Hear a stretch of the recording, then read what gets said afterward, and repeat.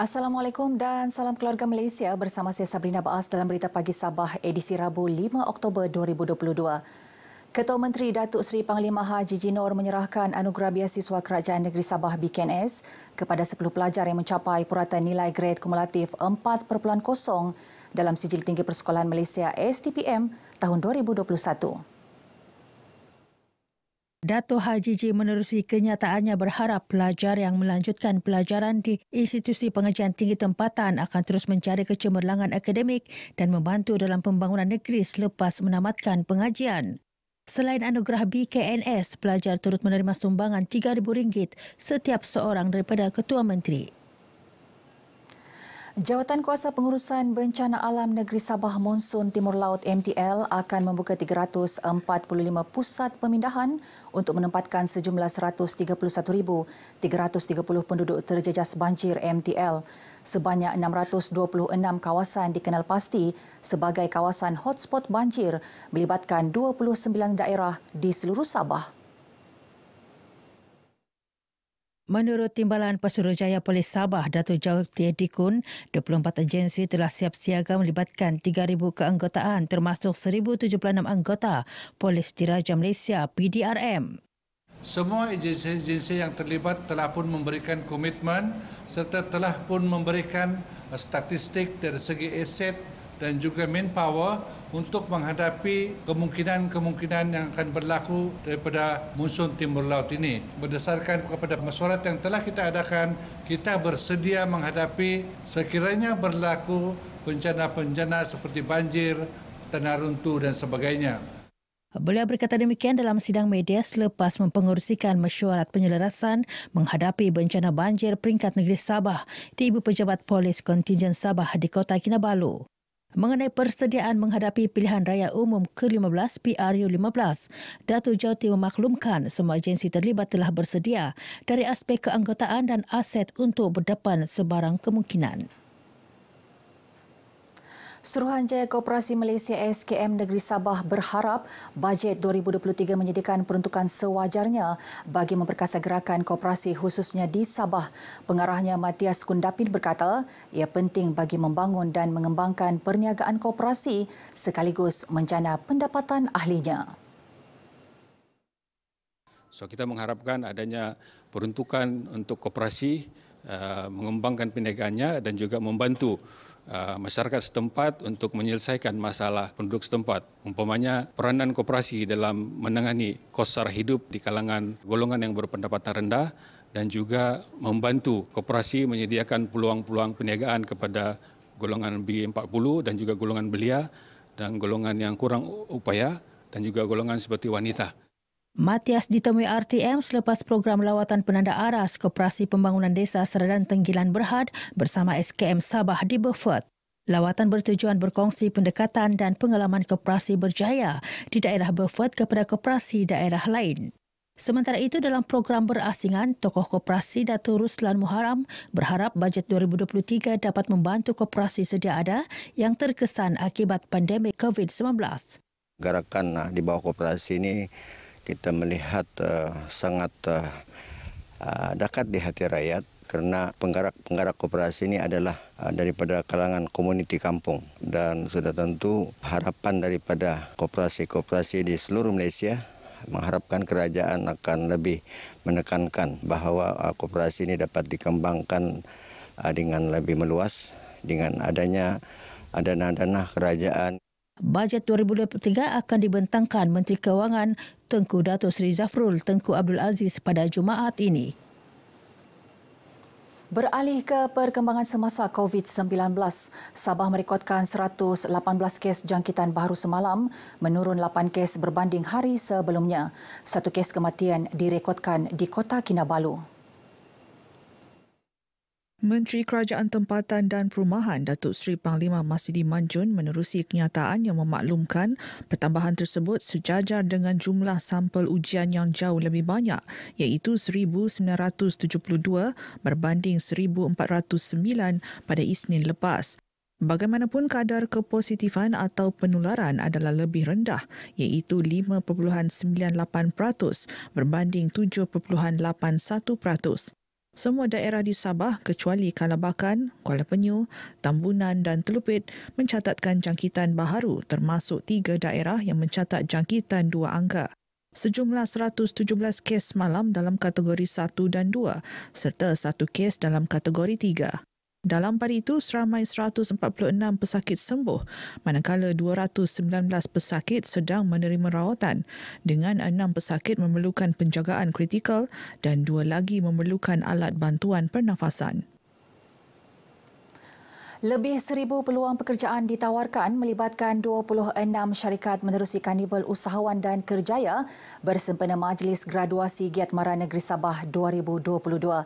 Karnival selama 3 hari hingga Khamis ini berlangsung di podium Wisma Muiz, Kota Kinabalu.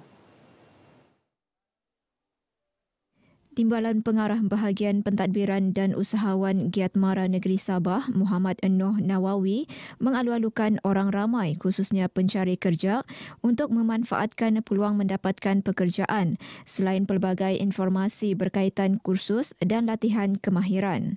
Terdapat 30 gerai pameran usahawan lepasan Giat Mara, termasuk 10 gerai pameran pelatih semasa Giat Mara yang menjalankan program Training and Income Generation TRIC dan usahawan jemputan luar dipamerkan dalam karnival ini.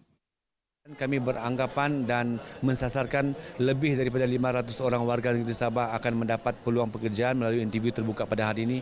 Harapan kami agar semua warga belia negeri Sabah ini mendapat peluang pekerjaan melalui pekerjaan yang ditawarkan oleh syarikat-syarikat yang telah dipanggil oleh Perkeso.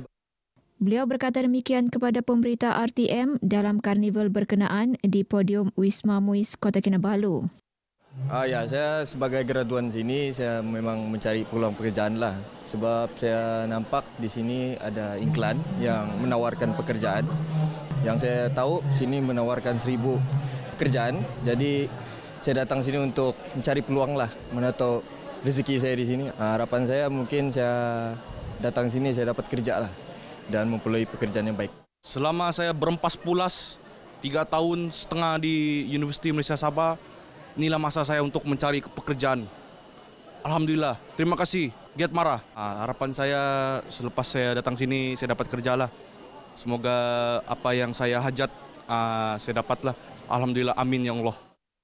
Karnival Anjuran Giat Mara Negeri Sabah dengan kerjasama Perkeso ini turut menyediakan pelbagai aktiviti menarik, antaranya taklimat pembiayaan mara, program derma darah, pertandingan solekan kreatif, pertandingan mewarna kanak-kanak dan pertandingan fashion inovatif. Semangat kekeluargaan bukan sahaja perlu diterapkan di rumah tetapi juga di sekolah.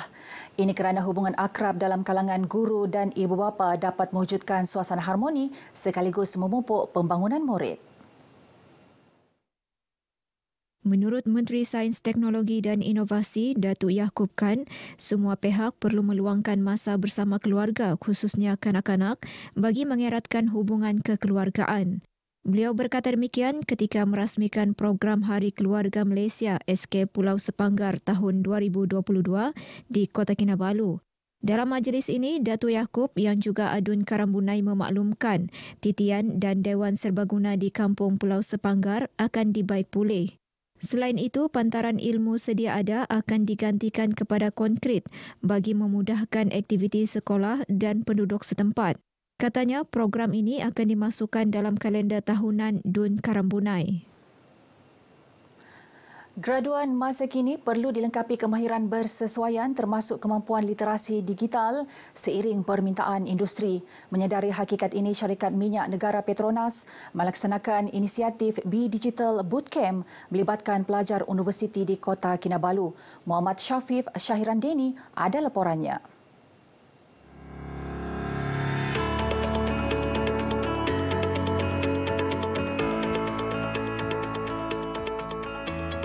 Program B-Digital Bootcamp dirangka khusus dengan matlamat meningkatkan kebolehpasaran bakat tempatan sebelum memasuki alam pekerjaan. Ia mengandungi modul berorientasi digital dan keusahawanan dikendali jurulatih Petronas Digital Sdn Bhd dan rakan kongsi Microsoft, Sitlab, Petroscience, MBOT dan Sabanet. Peserta diajar pelbagai ilmu digital seperti kemahiran mengolah dan menyampaikan penceritaan data, menghasilkan pembentangan atau pitching berkesan, kemahiran komunikasi dan kemahiran keusahawanan. Peserta seterusnya dinilai sepanjang program dan peserta terbaik kemudian ditawarkan pekerjaan. Kriteria dia seperti biasa, kita perlu lihat tentang latar belakang mereka, academic qualification.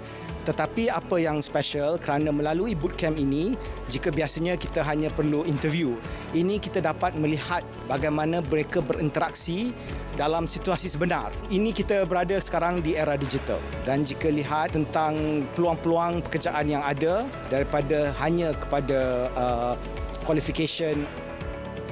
Hasil selepas 2 minggu program dilaksana, seramai 24 graduan kejuruteraan ditawarkan pekerjaan. Saya sangat gembira lah dan bersyukur sebab saya dapat peluang pekerjaan ni. Dan yang paling penting saya gembira untuk diri sendiri dan untuk keluarga saya lah. Be Digital Bootcamp ni kalau untuk diri saya banyak untuk memperbaiki diri sendiri lah. Belajar benda baru, belajar benda yang kita tidak pernah tahu. Firstly, dia mengajar para pelajar, terutamanya pelajar yang ingin melangkah ke alam pekerjaan untuk bersedia untuk bekerja. Kedua, dia mengajar untuk lebih memahami apa sebenarnya skop kerja nanti masa alam pekerjaan. Daripada bootcamp ni saya telah mendapat offer daripada Tata Consultancy Services sebagai trainee system engineer. Perasaan tu memang sangat gembira lah. At first tidak sangka yang saya akan dapat. Banyak sangat pengalaman lah yang saya dapat daripada bootcamp ni sendirilah. Antaranya saya telah mengasah soft skill saya, hard skill saya. Ternyata pelaksanaan Be Digital Bootcamp memberi banyak pendedahan bermanfaat kepada peserta. Dalam masa sama, peserta menyemai keberanian meneroka alam keusahawanan digital mahupun menjadi pakar teknikal digital. Laporan Muhammad Syafif Syairandeni, RTM.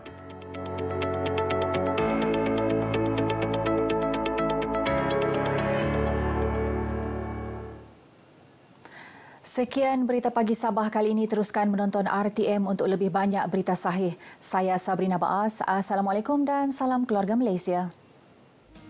Negara tercinta, lupakan segala duka. Hentikanlah provokasi. Bersatu teguh bercerai.